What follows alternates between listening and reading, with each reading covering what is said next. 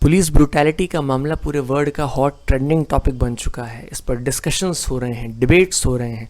Police की powers पे क्या लिमिटेशंस हैं, पुलिस कितनी पावर को यूज़ कर सकती है, इन सभी मुद्दों पर पूरे देश में विदेश में चर्चाएं हो रही हैं।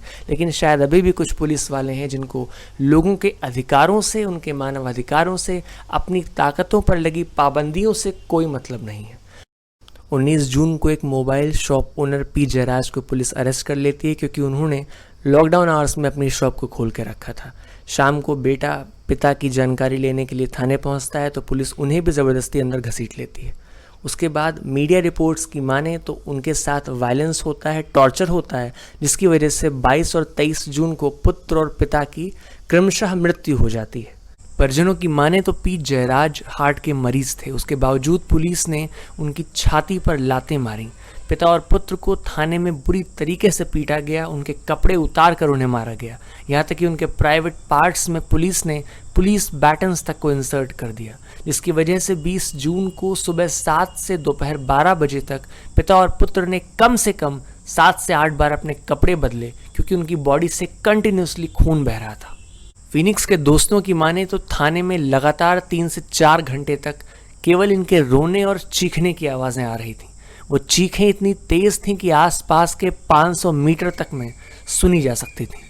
उनको बुरी तरीके से ज़ख्मी करने के बाद जब उनको रिलीज़ किया थाने से तो तुरंत ही पुलिस उनको एक लोकल डॉक्टर के पास लेकर गई, जहां पर डॉक्टर को दबाव बनवा कर उन्हें फिट डिक्लेयर करवा दिया गया। दैट मीन्स उनको डॉक्यूमेंट पे दिखवा दिया गया कि जब इनको थाने से हमने रिलीज़ किया तो इनको कोई भी चोट, किसी भी प्रकार की इंजरीज नहीं थी। पुलिस ब्रूटैलिटी के मामले तमिलनाडु में कोई नए नहीं है। इस मामले से पहले भी ऐसे बहुत सारे मामले हो चुके हैं।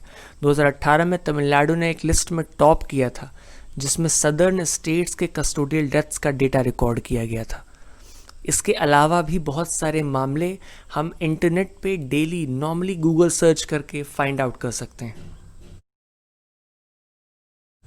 इस मामले की न्यायिक जांच ऑलरेडी मद्रास हाई कोर्ट ने ऑर्डर कर दी है, जिसमें उन्होंने पुलिस से 26 जुलाई तक अपने मामले की रिपोर्ट सबमिट करने की बात करी है।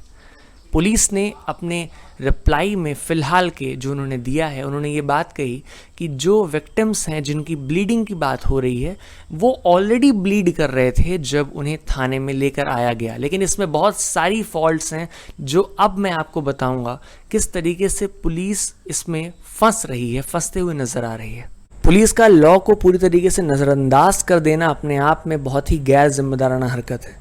और सिर्फ लॉ को इग्नोर करना तक तो चलता है, लेकिन लॉ को इग्नोर करके इतनी हीनियस अपराधों को अंजाम देना, यदि इन आरोपों में सच्चाई अदालत पाती है तो पुलिस के लिए इसके परिणाम बहुत ही घातक होंगे।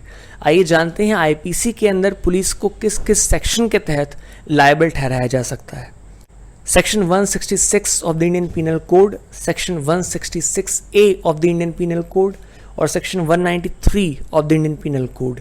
ये कुछ माइन्यूट सेक्शंस हैं जो पुलिस के ऊपर लगेंगे यदि ये आरोप सही पाए जाते हैं तो, जिसके तहत पुलिस का लॉ को नज़रअंदाज करना, फैब्रिकेटिंग फॉल्स एविडेंस यानी कि डॉक्टर को प्रेशर में लाकर नकली रिपोर्ट बनाने को कहना।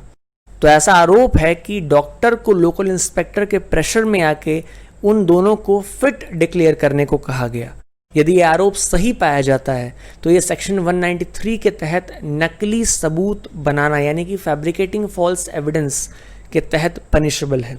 166 और 166A के तहत पुलिस ने लॉ को नज़रअंदाज किया, यानी कि पुलिस ने मेडिकल इंस्पेक्शन मेमो अगर नहीं बनाया हुआ सेक्शन 54 CRPC की गाइडलाइंस के तहत तो वो अपने आप में एक पनिशेबल ऑफेंस है। यानी कि उन्होंने नहीं रिकॉर्ड किया कि उन लोगों को कितनी चोटें थी पहले और जाने के बाद कितनी हुई, और क्लियरली इतनी बुरी तरीके से वायलेंस उनके साथ हुआ, उसके बाद उनकी जो मृत्यु हो गई, ये कहीं ना कहीं पुलिस को 302 के अंदर लायबल करता है, मर्डर के अंदर लायबल करता है।